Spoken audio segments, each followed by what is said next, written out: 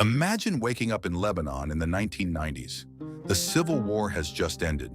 Buildings still carry scars, but life is moving again. Shops are opening, kids are going back to school, families are planning for the future, even if things still feel uncertain. The 1990s in Lebanon were a time of rebuilding.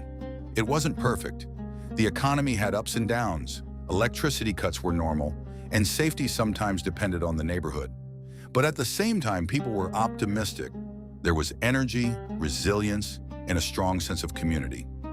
In this video, we're going to take a look at what daily life in Lebanon was really like in the 1990s. From school and work to family life, fun activities, safety, and everything in between. A typical morning in Lebanon during the 1990s often started early. Many families lived in apartments, especially in cities like Beirut. The sound of traffic, distant construction, or even generators would slowly bring the day to life. Breakfast was usually simple but filling. Things like manakish from the local bakery, labneh with olive oil, cheese, olives, and tea were common. Many people would stop by their neighborhood bakery to pick up fresh bread. These bakeries were essentially the equivalent of a coffee shop in today's society. They were more than just shops. They were social hubs. You'd see neighbors greeting each other, chatting about politics, or discussing rising prices. Electricity cuts were common. It wasn't unusual for families to lose power for a few hours a day. Some homes had small generators, but many didn't. Kids got used to doing homework when electricity was available, and families planned their routines around outages. School life in the 1990s felt normal on the surface, but there were reminders of recent history. Many school buildings had been damaged during the war and were repaired quickly. Some schools even operated in shared spaces. Students usually wore uniforms. Mornings began with assembly or just heading straight into class. Education was taken seriously. Lebanese parents often pushed their children to succeed academically, seeing education as the key to a better future. Classes were typically taught in Arabic, French, or English, depending on the school. It wasn't unusual for students to switch between languages during the day. A math lesson might be in French, while history could be in Arabic. Recess was loud and lively.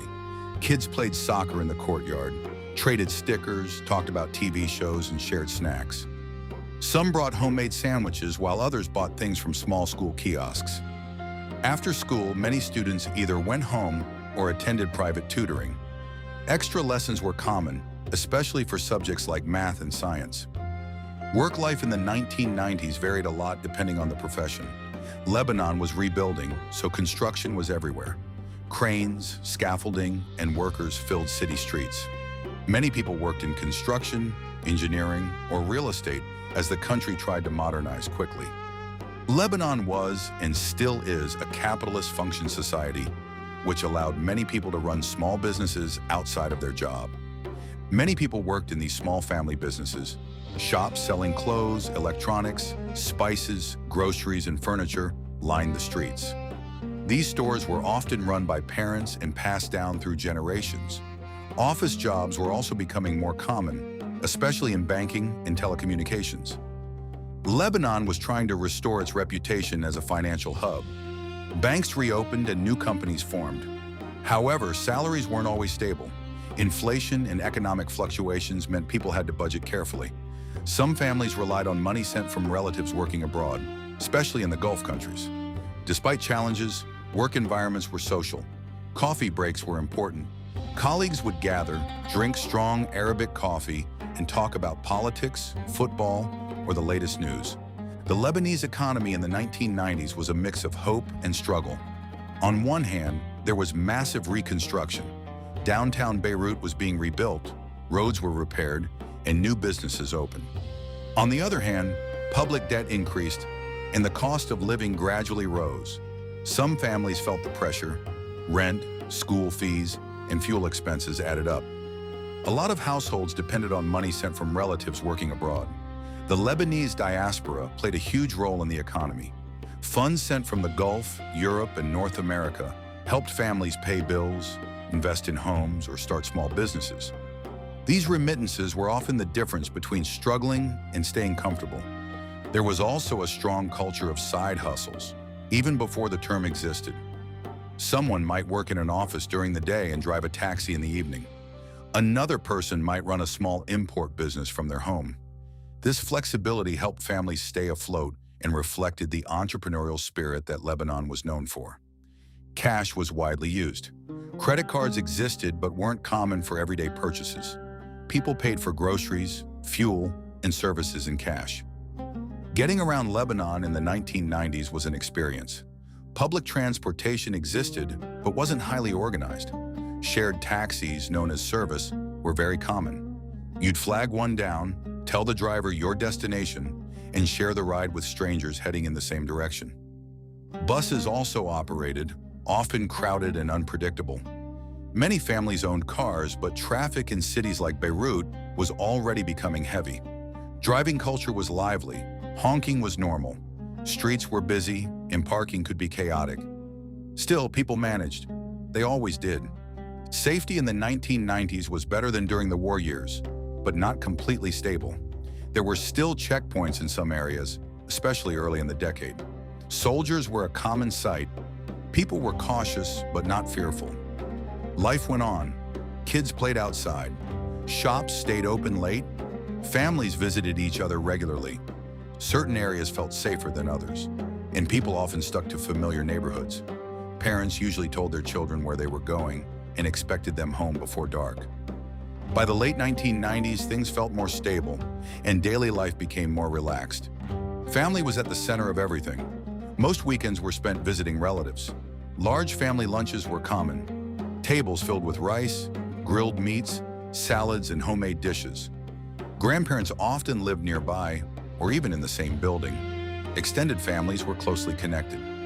Evenings were usually spent at home. Families watched television together. Popular shows, news programs, and dubbed series were part of nightly routines. Parents emphasized respect and education. Children were expected to help with chores, study, and stay connected to family traditions. Despite economic challenges, people found ways to enjoy life. Cafes were popular meeting spots. Friends gathered to drink coffee, smoke shisha, and talk for hours. Beaches were a favorite destination in summer. Families packed food, umbrellas, and spent entire days by the sea. Mountains were another escape. During winter, some people visited ski resorts. In spring and summer, mountain villages offered cooler weather and fresh air. Shopping was also a common activity. Malls were starting to appear, but traditional markets still dominated. Walking through busy streets filled with shops was part of the experience. Music played everywhere, in cars, shops, and homes. Lebanese pop, Arabic classics, and Western hits mixed together. Technology in the 1990s was basic compared to today. Landline phones were common. Some homes had answering machines. Calling internationally was expensive. Mobile phones started appearing later in the decade, but they were large and mostly used by business professionals. Television had limited channels, but people watched regularly. Satellite dishes became more popular as families wanted access to more content. Computers existed, mostly for work or school. Internet access was rare and slow by today's standards. Lebanon has always had a vibrant nightlife, and the 1990s were no exception. Restaurants and cafes stayed open late. Friends met after dinner, sometimes just to talk. In cities, some nightclubs reopened, especially later in the decade. Music, dancing, and socializing were part of urban life. It looked a lot like Western cities at night, but nightlife wasn't just clubs. Many people preferred simple gatherings, visiting friends, playing cards, or sitting on balconies enjoying the evening breeze. Religion played an important role in daily life in Lebanon during the 1990s, but often in a quiet and cultural way, rather than something that dominated every moment. Lebanon has always been diverse, with Muslim and Christian communities living side by side, along with smaller religious groups. You could see religion in everyday routines, church bells ringing on Sunday mornings, the call to prayer echoing from mosques, and religious holidays shaping the calendar. These sounds and traditions were simply part of the background of daily life. Religious holidays were big events. Christmas, Easter, Ramadan, and Eid were celebrated widely. During Ramadan, evenings became lively after sunset, with families gathering for large meals. During Christmas, neighborhoods decorated streets and homes. Even people from different religions often joined in the celebrations. Schools sometimes reflected religious backgrounds as well. Some students attended Christian schools, others Muslim schools, but many classrooms were mixed. It wasn't unusual for children from different religious communities to study together, play soccer together, and visit each other's homes. Life in Lebanon in the 1990s wasn't perfect, but it was full of life at a time when they had every reason to crumble. People were rebuilding not just buildings, but routines, communities, and hope. For many, the 1990s were a bridge between difficult years and a hopeful future. And despite everything, daily life continued, filled with small moments that defined an entire generation. If you enjoyed this look back at Lebanon in the 1990s, don't forget to like and subscribe for more videos exploring everyday life in different countries and time periods.